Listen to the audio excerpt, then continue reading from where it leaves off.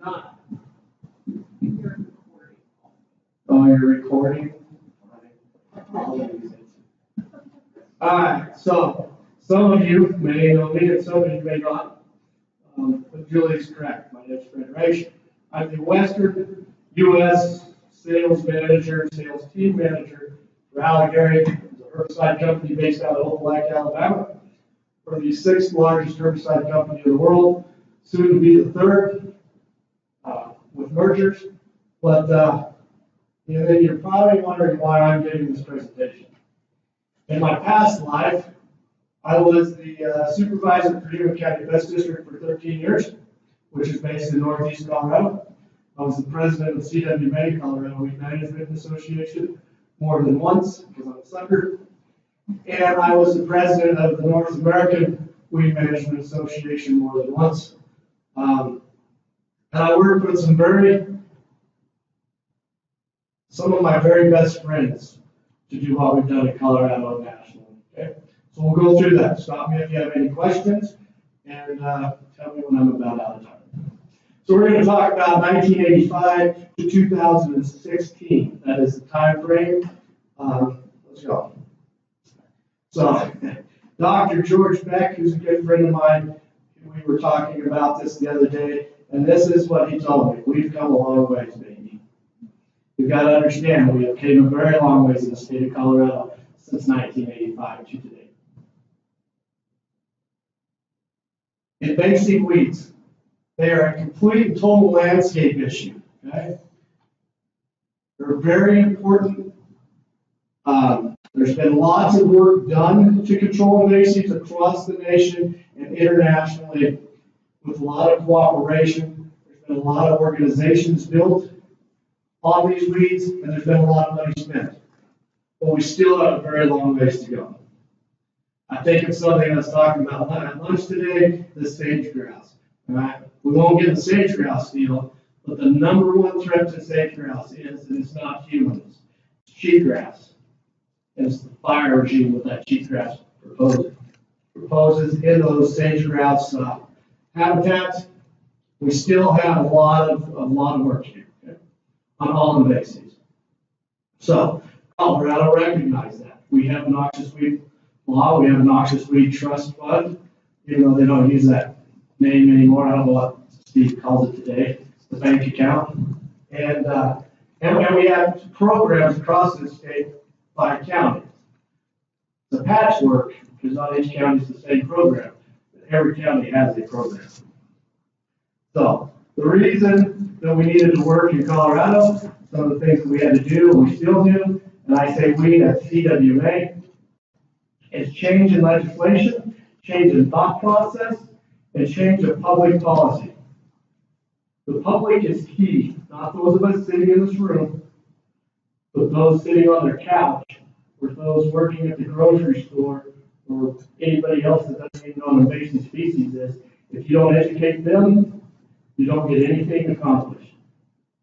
You get very little accomplished, I should say. So, we also recognize in Colorado that the weeds often infest public lands, whether that's a state agency or a federal government agency. We also understood that it infests private land, but the public lands are the ones that most of the people see. So we worked with many of our federal friends and our state agencies to get programs built and funded, because you can build it, but if you can't fund it, you don't get very far. And weed legislation to some of these groups was a new concept. I think I only got 25 minutes, so I'm going through this a little fast. So before 1990, we had weed control districts in the state of Colorado weren't very popular. There was a few of us out there. It was still a network of county programs and state programs. But in 1990, we started to make some changes within Colorado. A few key legislators, some county commissioners, the Department of Agriculture. We still have the Pest District Act, and most counties didn't want to do a taxing district. Okay? We started the mandatory weed list in 1990 with Representative Vince and CWA helped write the statewide weed noxious weed program with 4 weeds, leafy spurs being one of them, Russian, diffuse and spotted knapweed being the other 4, and there was one other one they talked about that didn't get put on there. I can't tell you off the top of my head. So, but the state was still concerned about federal properties and federal participation in these programs. There was testimony given. The weed programs in Colorado are key, but if the federal landowners do not participate, we're kind of spinning our wheels. So then, INLAC was put together. George Hill and George Beck, those are the states that participated in INLAC, and I believe there's still an INLAC component today, as far as I know. They go to DC, did a lot of things at the DC level, and then we came up with FICMANU, which is the federal side of INLAC, more or less. And we came up with the Noxious Weed Awareness Week, I guess is what it's called, or what it's called now. So there's a bunch of us. Steve Anthony in the back being one. Sorry, Steve, couldn't be pick on you for the have to. We spent a lot of time in DC. We spent a lot of time at the state capitol. We spent a lot of time in DC with these groups. So in 1990, Congress passed the Federal Noxious Weed Act, or amended it, the Federal Noxious Weed Act of 1974, which made all government agencies, participate at the state level or with local programs. We're required to resolve the NEPA 1-year issue, and then in 2000, they did the Plant Pest Act, which was passed by Congress. At no point in time was any money allocated in any one of these, even though it was supposed to be. In 96, the state of Colorado amended the state noxious weed law. Changed the list, added some weeds, took some weeds off, started the county surveys. I cannot tell you what it changed the list to, the amount of weeds. I think there's 84 on the list now, is that correct, Steve? 83, 84? And I think at that time, I should know this off the top of my head, I think that list had 40 to 60, put it that way. But it did create the Noxious Weed Trust Fund, which was key in giving some grant money to programs within the state of Colorado and helping promote weed control projects throughout the state. And then in 99, Executive Order 13112 by President Clinton came out, making it mandatory that federal agencies did a lot of things, and started the National Invasive Species Council, started National Invasive Species Awareness Week, which then was turned into Weeds Awareness Week, which I believe is still going on. I don't participate in it anymore. I don't have time to go to DC.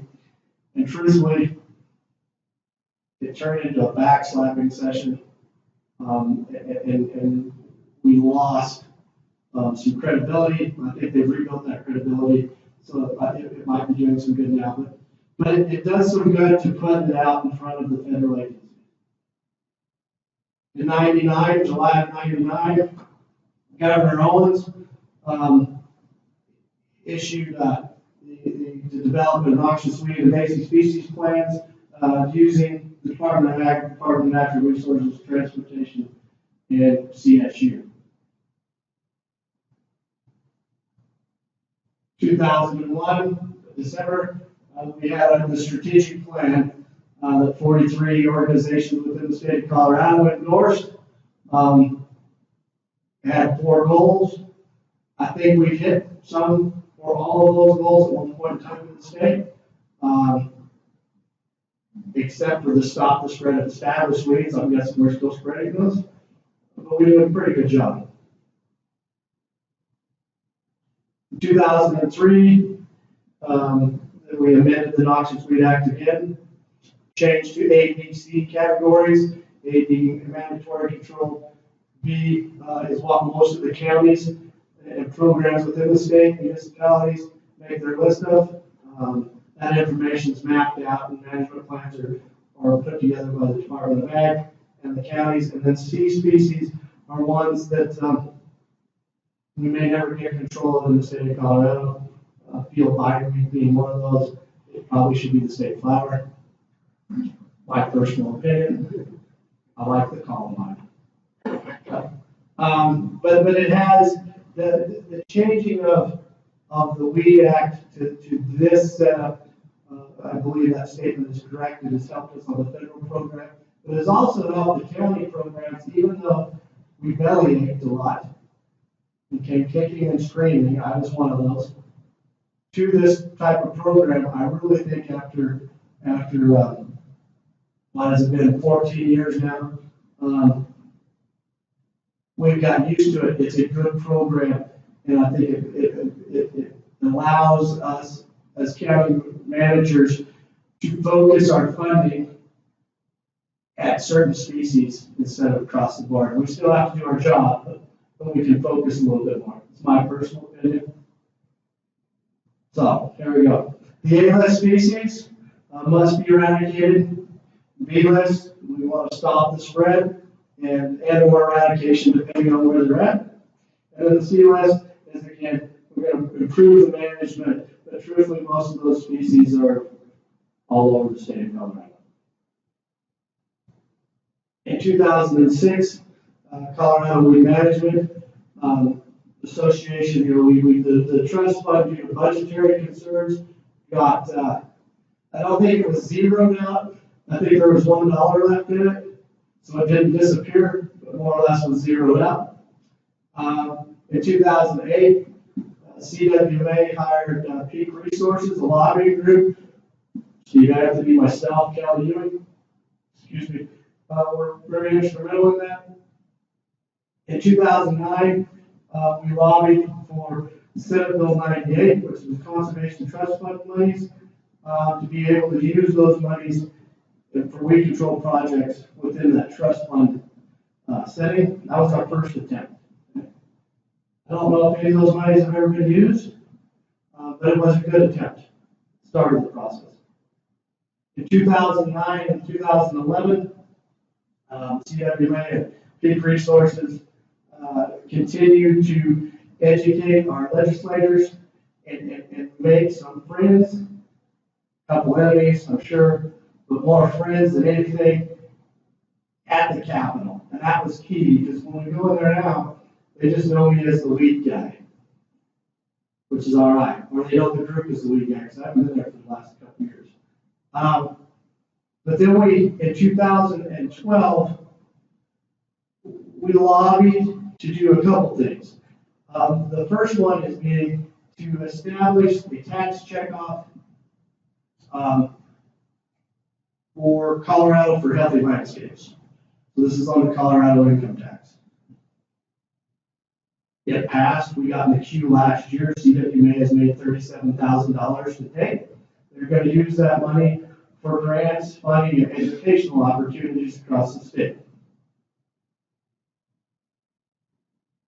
In 2012,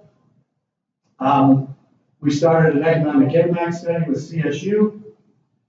We're in, actually, I think we're in phase 3 now, phase 2, or 2.5, we'll say. This study took 10 weed species, put them together, said that those 10 weed species cost the state of Colorado $14 million annually. Was it a solid report? No, the first phase was not a solid report. There was a lot of things that were incorrect, but it was the best information we had at the time. So that's why we did phase 2. And we've gotten better information. We're implementing that information into this report. And it's a living document, and it will continue to grow. So I say, 10 to 14 million probably annually. is what those 10 species cost the state of Colorado. And that's across all landscapes. That's across tourism, agriculture, oil and gas. I mean, we broke it down to all kinds of things. So it's a pretty good report, but it's got some holes in it. And we know that. In 2013, it was a Sunday. I remember this because I was in my garage. I got a phone call from Eric Lane, who was with the department, who was formerly with the Department of Agriculture. Eric said, "Hey, Fred, we got some money for the conservation programs and for the weed program. Are you guys interested in $25,000 and would you get peak resources to lobby for it?" I said, "Sure." I need to make some phone calls, but sure, we can do this. So we got $25,000 to reestablish the trust fund. The conservation program got a little bit more, 750,000, I think it was, or 725. I can't remember the number off the top of my head, but more or less what we did is the conservation program got the big chunk. The first year we got the little chunk to reestablish the fund. The following year, we lobbied and reversed the process. So they got 700,000 the first year. We got 700,000 the second year. This goes to the trust fund. And Steve puts it out, his office puts it out for grant proposals, whatever else. I think he might talk about it later after my presentation. I'm not sure what he's talking about exactly, but so this is what started the trust fund up again. And I know programs that use these dollars, and it's a good thing. And we, the group busted our butts to get this money back. So in 2015, 2016, and 17, we continue to promote the Noxious Weed Trust Fund, continue to make sure that they don't make cuts, because once again, we're in a budget downfall. Oil and gas, all those good severance things are gone, so we got to rebuild. And then we lobbied to let the Department of Ag roll over those monies to be on a schedule. 5 minutes. So here we go. We did all that at the state level. One of the things that I was, and myself and Dr. Beck and a few other people did at the federal level was Healthy Habitats Coalition. We've still got a bill out there, but it's all about funding to the local, on-the-ground programs. And so these are some of the people who have supported our bill, and it's still sitting there, and it's probably going to still be sitting there in a year, and it might still be sitting there in 4 years. But we continue to promote this. We won't get into it, but almost all the agencies at the federal level have agreed to this. Some have came kicking and screaming. Some have agreed to it up front. We want to put the money on the ground. And then it comes to the state levels, and you can use it, at the state level as well, at the local level. So we're trying to do this both at the state and the federal level. Excuse me. To me, and I will not, CWMA has paid for our lobbyists, and the Department of Ag has their lobbyists. We try to work together on things. So, we continue to have peak resources at the Capitol.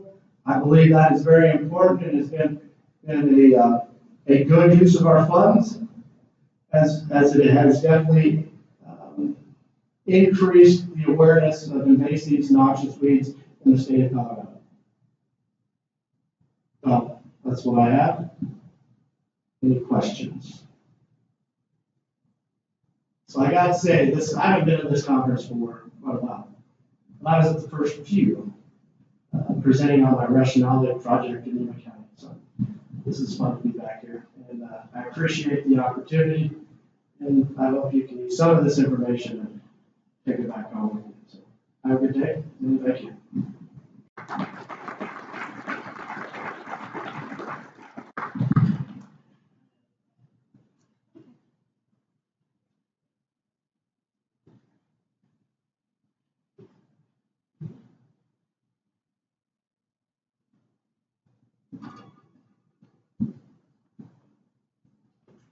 So Fred went too fast through his presentation. Now we have 4 minutes. Of course, my tendency is to jump into the next one, but I've been ordered to make sure we wait until the allotted time in case someone wants to come over from the other session. So if you can just take 2 to 3 minutes, and we'll start right at 2:10 with Steve.